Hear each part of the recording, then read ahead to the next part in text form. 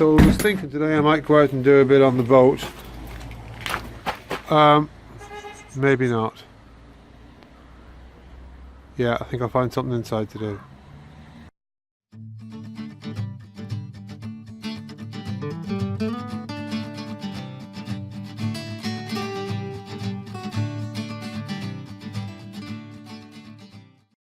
Hello everyone.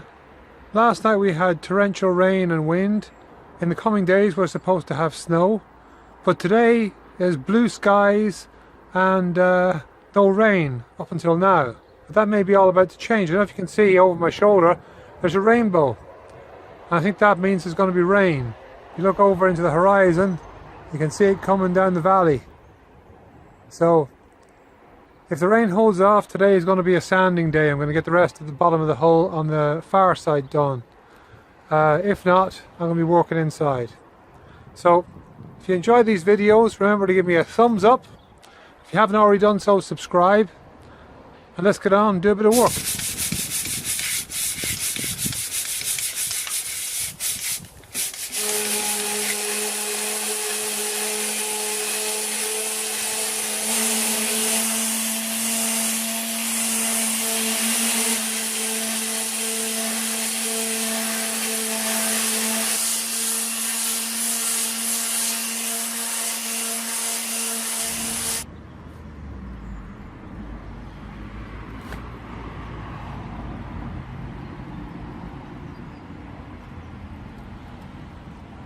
So I didn't get it all done. I got up as far as there done, and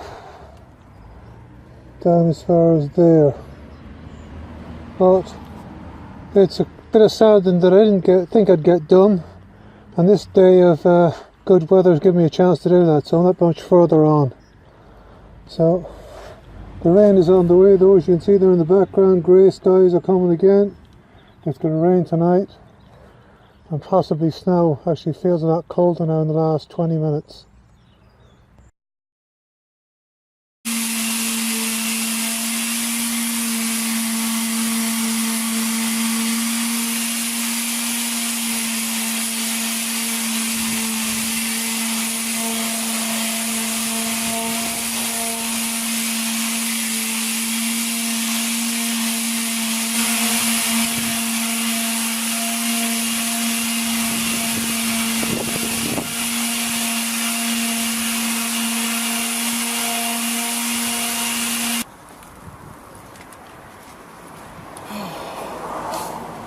I see people on YouTube videos complaining about doing this job in Mexico, down in Mazatlan or Guaymas in the boatyard, and how it's awful hot and it's terrible hard to do the sanding.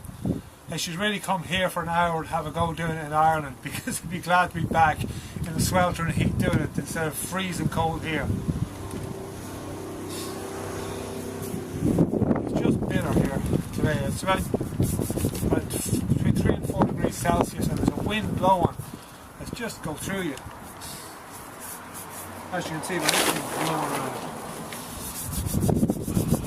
Well, I've got a bit more done on the sand on the outside of the boat. Even though it's cold, it's dry today. This is the second day in a row it's actually been dry. It's supposed to rain in about an hour, but I got out to get this done. Got underneath the bottom of the boat. There's a bit I missed yesterday on the front here. I'm going to cover this up now again and see can I get on the back and maybe get the back part finished before the rain starts again. So at least I'm getting something done on the outside of it. I feel a bit miserable about it there last week because so little progress happened on the boat, but this last 2 days made up for that. Got ahead with this. I have the framework that I got cut out before from the galley fixed in place now inside. I just have to get some plywood to sheet in it, but I think I'm going to hold off on doing that until I get some paint. I'm going to get some 2-part epoxy to paint the entire boat outside and inside to give it a nice base coat to work on. I might then maybe do some stripes and stuff on it, but it'll be all white 2-part epoxy. I found a source for that online, and I'll do that. Of course, a bit of fairing and stuff to do and patching, but there's no point sticking in the plywood for the galley until such time as I get that inside painted. So I'm actually going to put in the supports, I think, for the extension I'm going to do on the V-berth. I'll probably put those in, and the timbers that I have in for the supports for the galley, I can just paint over them with the 2 para epoxy. It's not going to make any difference to them, and that will help preserve. Here's the framing fixed in for the galley so far. What I have done, it's pretty much what I had cut out. These pieces here on this side, but I've cut a few other pieces and connected them in, and bridge this bit out here to come out past the bulkhead to support the countertop that I'm going to do. So this is all fixed in solidly, and the countertop is going to sit across that edge there, and I'm going to go straight across here and finish it out so like there. So just because rather than trying to meet this up and join that gap at that point there, if I had just ran it into there, it'd be very hard to get that finished. So the handiest thing is just to run it straight through from there, straight across and straight out and finish it there. So that's probably going to be done with 1/2 inch plywood on top of that. And then whatever I'm going to do for the sink, I'm not tied to this cutout that's here. I can adapt that as I want. So that'll make it a bit easier. And then of course I can make probably a drop-in piece to fit into that, for use that as countertop or something like that as well. And then on this side here is where the cooker will go, and storage space and access to this deeper storage space down here. Of course I have that storage space in there as well still. So I have to think about how I'm going to make this, you know, to have best use of all this space here as well.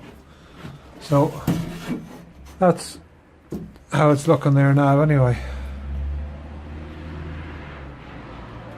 So it's a little bit of progress, but I just thought I'd let you see how far I got with fixing that in since the last day. Inside here, as I said, I'm going to get 2 para epoxy paint and paint the whole thing inside to give me a nice sort of finished look to it. It'll be all bright white. I think it'll look a lot better. It's clean in here now, but it's just to brighten it up and make it look like it's sort of, you know, bare fiberglass.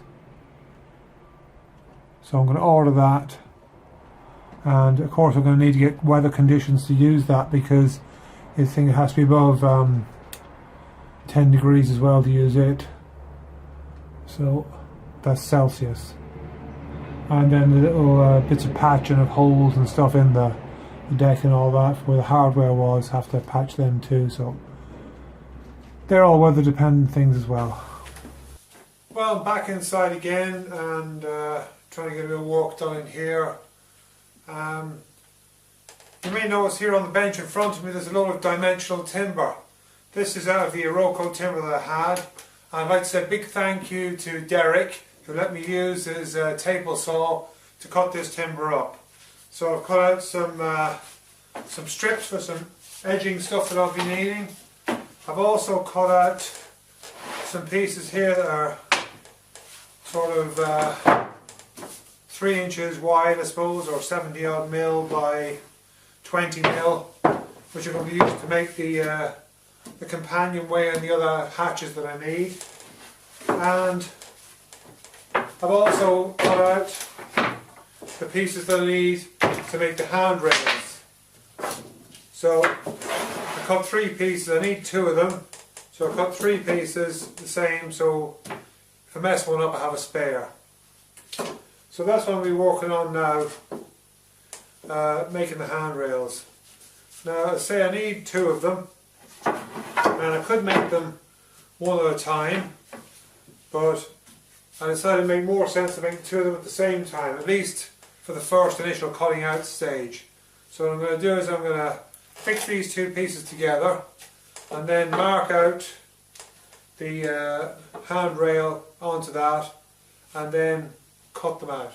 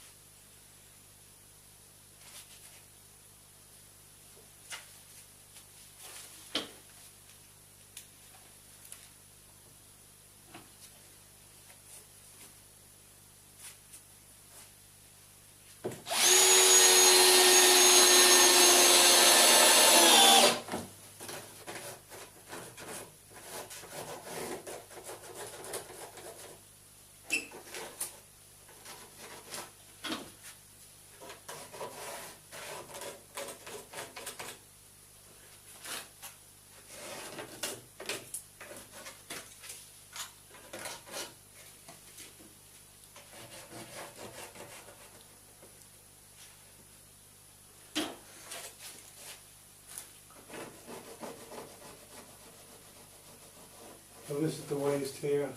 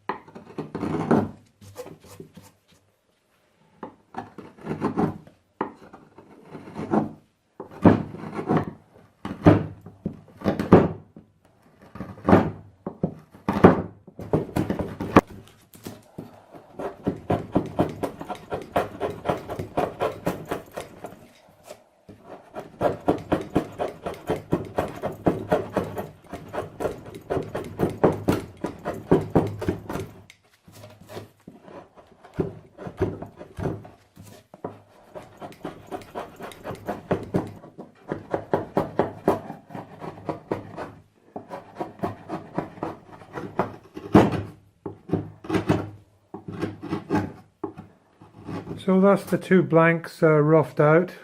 Obviously they have to be shaped, but that's them cut out, and now it's all just planing and sanding to get them shaped.